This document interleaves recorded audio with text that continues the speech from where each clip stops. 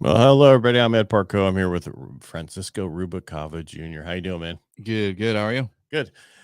I kind of wanted to go over what we saw with the appreciation from CoreLogic report. We kind of talked about on Tuesday for a second, right? Is that what you wanted me to, some of the things you wanted me to do, talk about today? Yeah, I think it'd be good because I still get asked the question a lot of, hey, when do you think the bubble's gonna burst? When do you think things are gonna start coming down? The only thing that I say is that we'll see it coming down are the interest rates, but Someday. yeah, right. Someday. But values, arguably, I mean, there's just not enough inventory. Right. And that's our issue. We're at 35% or less. We're barely going to hit 161,000 this year in California. We normally do 450,000 existing home sales. We just don't have the inventory. They can't build them fast enough. We're short 2.5 million homes in just California. California.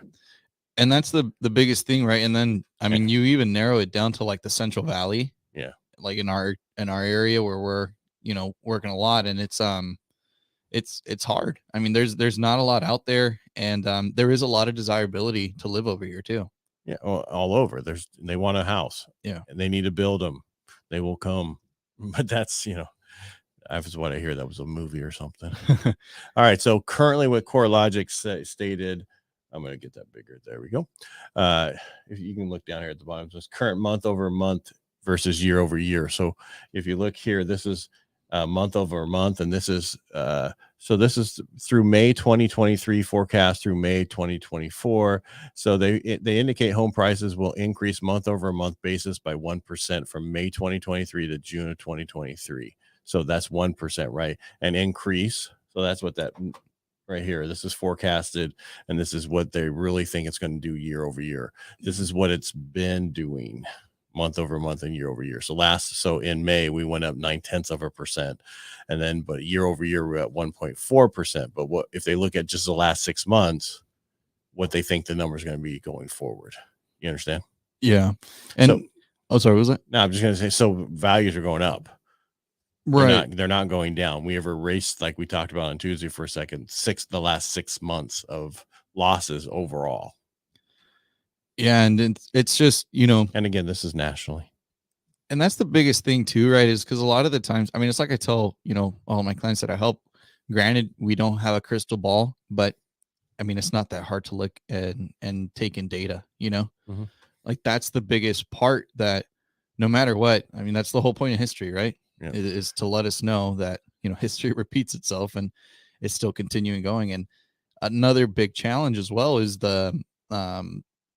it's just rentals as well. I mean, people are having troubles even just finding rentals, paying an arm and a leg just for that. So might as well, and again, I mean, a lot of the times I know it can be a touchy subject for some people, but sometimes you got to make some lifestyle changes, to get yourself somewhere better, sacrifices. Right. So they're saying right now, year over year change. If you look at this chart, right, by the colors, that all this blue area, which we are part of, that is only going to increase by 1.4% year over year in May, right? So they're saying that nationally home prices increased by 1.4% year over year in May. Arizona, California, Colorado. I'm sorry, I'm looking over here, but I want to make sure I get them all. Idaho, Montana, Nevada, New York, Oregon, South Dakota, Utah, Washington, and the District of Columbia saw annual declines in home prices. The states with the highest increase year over year was Maine, 7.2%, and New Jersey, 7.1%, and Indiana, 6.9%. Really? I mean, I understand that we slowed down a little bit, but I think they're wrong on these numbers. Yeah, I think I hope they're not using median as the price they're talking about, because yes, a lot of people bought smaller price homes. They're not buying they were not going in the 500,000, 700,000 if they could get away with it. I think, I mean, California in itself too is just, it varies so much. And again, like us being in our central area, right? I mean, we've been seeing it year by year here. We had the crazy surge as well, when COVID came around, and then everyone was like, oh, things are going to get back to normal. And people expected normal being like less than where we were. And Well, the market adjusted. It did, it did adjust to where they were, but people wanted it to be lower. and it's not going lower. There's no bubble. It was just an opportunity bubble. Before I get rid of this chart, if you look at it, I mean, look at Florida. They're going to appreciate by 3.5 is what they're saying. But when I'm going to show another chart in there, that's in a second, you're like, okay, only 3.5 to 5.7, right? And these areas right here, right? See the color difference? Yeah. And 7% up here. I don't know about that. Yeah. Now this data might be. It's always backwards looking. You got to remember that by a couple months. So, yeah. All right, I'm going to drop us down while I get the next one up. I got to get my mouse over there to do that. There we go. So that, I mean, you can't worry about what's going on. You just have to focus on taking care, getting things that you want done. What was I looking for? This chart right there. Yeah. All right, you ready for this one? Are you ready? All right, look at this. So they're saying San Diego, LA went down 2.5% to 3.1%. All right. So on a on $1 million home, you went down 30 grand. Yeah. Like that's another thing too, like with these numbers, right? Is like, and we've even been hearing like about people like, oh, we're moving out of state. But right. I think like you even said it, right? Like obviously looking at these charts, even it doesn't even matter if you move out of state anymore. No, because the price points are so expensive everywhere. Yeah. So it's like, and again, the biggest challenge is like and especially over here, I mean, the Central Valley, there's a lot of land that could be built upon, but we don't utilize it. And the biggest thing is that it's so expensive to build that these builders, these brand new homes are so expensive. I mean, I remember 3 years ago, I helped someone buy a new home in Patterson for $360. A new home in Patterson now is like $460, right? $500. Get in the game. But look at this. I mean, look at Miami. It's up 11.8%. Yeah. Into year over year. I think people are still moving to Florida and Houston. Right? Well, I mean, Texas. I can't believe they're moving to Chicago. Hey, it's getting too hot, man. I just still can't believe that of all the places they're moving to Chicago. That has the highest crime rate because of the stuff that's going on there. Well, and I mean, even with looking at those numbers, I mean, you look at like Houston and stuff, and like even all Texas, like I feel like it should reflect even higher. Like every like prices got so jacked up over there. Yeah, but people aren't. See, a friend of mine lives in Dallas, and he's like, I was in Las Vegas last weekend, and it was 100 and something, and then I get home and it's 85 with humidity, and it's like, give me that other dry heat. Yes, right. Yeah. Well, California, I mean, that's one of the biggest reasons I won't leave. Is like the weather. Oh, that was your family, but anyway. Well, like that obviously, like there is like your mama kick your butt. Well, she's going to, I don't know where she's going. She's gonna go visit one of my aunts. Visiting is one thing, not moving. Yeah, I got a chart to show that there are going to be some declines, though. All right. So if you're looking for top markets at risk of home price decline, it's Utah. Where's my mouse? There it is. Utah. I don't know why Lakeland, Winter Haven, Florida. Probably because you can't spell it and you get lost. And then look at 4 places in Florida. I think it's because of the prices getting jacked up so much over the last 3 years from people moving there, and people will probably change their mind and move out. Yeah, that's what I'm thinking. So, I mean, the confidence score is 50 to 75% that they're going to go down in price, and that would be because people are leaving and they're going to sell out, and then everybody's going to try to leave at the same time. I don't know. That's all I could think of, but that's what CoreLogic put out. So I got all these charts from CoreLogic. So CoreLogic, don't send me a cease and desist. I get it for, giving you information. So just saying, their bottom line, house values are going up. There's only a few places that they're going to potentially have a problem, and it's not here. Right. So. And that's where, a lot of people have to take into consideration. I mean, when you're buying a house, it's not just the roof over your head. It's an investment, and it's an investment that continues paying off, that ultimately will leave you with options. Like, I mean, I always tell, like I have people that I try to help who are like not wanting to because they're like, oh, it's lifestyle changes, this or that. But you get left behind is what the problem is. And then you're eventually just stuck being a tenant for like the rest of your life. Right. And then you retire and you're probably going to still have to work, you know? So like, that's the whole point of You're gonna building make me these homes. cry. How'd you know my life? No, it's just like that's the craziest part to me, right? And that's why, like, I mean, I made it a goal to purchase like as soon as I could in my lifetime, because I've seen it happen, you know, and sometimes people prioritize other things. Like, man, I still drive my Camry, you know what I'm saying? Right. Like some people prioritize getting a Hellcat or, you know, like some crazy car, a Mustang, something like that. And I mean, it's great and all, you know, it's your leisures and everything. However, if you eventually want to like get yourself, and if if you have a family and things like that, these are the main priorities you should be focusing on, are these kinds of investments that, again, like I said, is not just a roof over your head, but a piggy bank and a continuously growing investment. It beats any savings account. Yep. And And it doesn't matter how much you put down on it, because the least you put down, the more leverage, the more you make the same amount of money. You make this, if you pay cash for the place or put 3% down, the place is going to appreciate the same amount. Right. It's just all about where your comfort level is, like monthly, you know?